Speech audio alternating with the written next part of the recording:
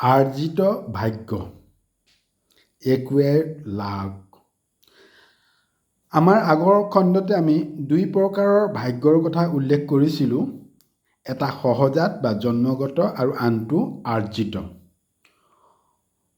পুনৰ নকলেও হ'ব যে আমি প্ৰত্যেকেই জীৱশ্ৰেষ্ঠ মানুহ হিচাপে জন্মগ্ৰহণ কৰিছোঁ আৰু আমাৰ শৰীৰৰ আৰু মনৰ সকলো অংগ পতংগ বা প্ৰক্ৰিয়া যদি সম্পূৰ্ণৰূপে সুস্থ হৈ আছে, তেন্তে আমি সকলোৱে পৰম ভাগ্যৱান।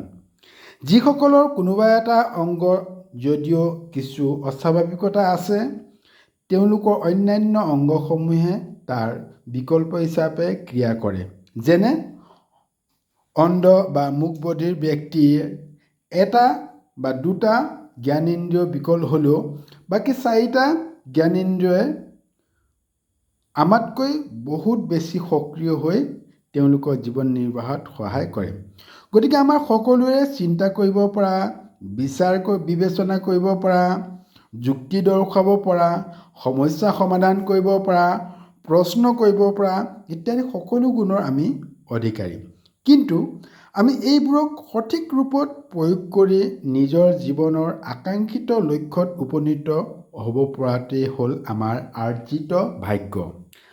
আৰ্জিত ভাগ্য আমি বিচাৰ বিবেচনা আৰু কৰ্মৰ দ্বাৰাহে অৰ্জন কৰিব পাৰোঁ। কেৱল জন্মগত ভাগ্যক ধীৰাই হাত সাৱটি বহি থাকিলে আমাৰ জন্মগত ভাগ্যই নীৰৱে মৰহি যাব। অৰ্থাৎ জন্মগত ভাগ্যই একো দিবতো নোৱাৰে, বৰঞ্চ যি ভাগ্য আপুনি লগত লৈ আহিছিলে সেইটোও মৰহি যাব। এটা কথা আমি মনত ৰখা উচিত যে ভাগ্যক কেৱল আৰু কেৱল মাত্ৰ কৰ্মৰ দ্বাৰাহে বা চিন্তা শক্তিৰ দ্বাৰাহে ধৰি ৰাখিব পাৰি। আপোনাৰ ভাগ্যত আছে বুলি তাক অপাত্ৰত ঠাই দিলে সেই ভাগ্যই আপোনাক সহায় কৰিবনে? অৰ্থাৎ ভাগ্যত আছে বুলি পাচিত বা খৰাহীত গাখীৰ থলে বা গাখীৰ খীৰালে থাকিবনে? কেতিয়াও নাথাকে। এইখিনিতে আৰু এটা কথা উল্লেখ কৰা উচিত যে প্ৰকৃতিয়ে বা আমি যদি কোনোবা এজন দেৱতাক মানো, তেন্তে সেই আৰাধ্য দেৱতাই আমাৰ বিচাৰ বিবেচনা আৰু কৰ্মৰ ওপৰত হস্তক্ষেপ নকৰে। কাৰণ প্ৰকৃতিয়ে জীৱশ্ৰেষ্ঠ মানুহৰ সৃষ্টি কৰাৰ লগতে সকলো জীৱক সৃষ্টি কৰিছে। কিন্তু সেই সৃষ্টিৰ ভাৰসাম্য জীৱ বা প্ৰাণীবিধে নিজে ৰক্ষা কৰিব লাগিব। নিজৰ যি জীৱনত বা জীৱনধাৰাত জীয়াই থকাৰ যোগ্য, সেইজনেহে এই ধৰাত বা এই প্ৰকৃতিত জীয়াই থাকিবলৈ সক্ষম হয়। ইয়াৰ অৰ্থ এইটোৱে যে আমি নিজকে এই ধৰাত জীয়াই থকাৰ যোগ্য কৰি তুলিব লাগিব। সেই জীৱ বা প্ৰাণীয়ে যদি এই ধৰাত নিজকে জীয়াই থকাৰ অধিকাৰী বা যোগ্য কৰি তুলিব নোৱাৰে, তেতিয়াহ'লে সেই প্ৰাণী বা জীৱ এই ধৰাত জীয়াই থকাৰ যোগ্যই নহয়। উদাহৰণস্বৰূপে হৰিণাই বাঘতকৈ সদায় এখোজ হ'লেও বেছিকৈ দৌৰিব পাৰে।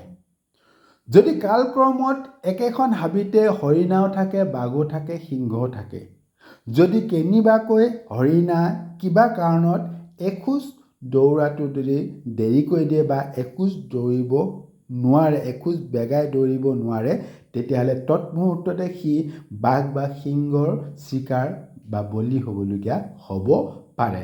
গতিকে সি যদি জীয়াই থাকিবলৈ আছে এই প্ৰকৃতিত, তেতিয়াহ'লে নিজকে বাঘ সিংহতকৈ এখোজ হ'লেও বেছি দৌৰিব পৰা সক্ষম কৰি তুলিব লাগিব।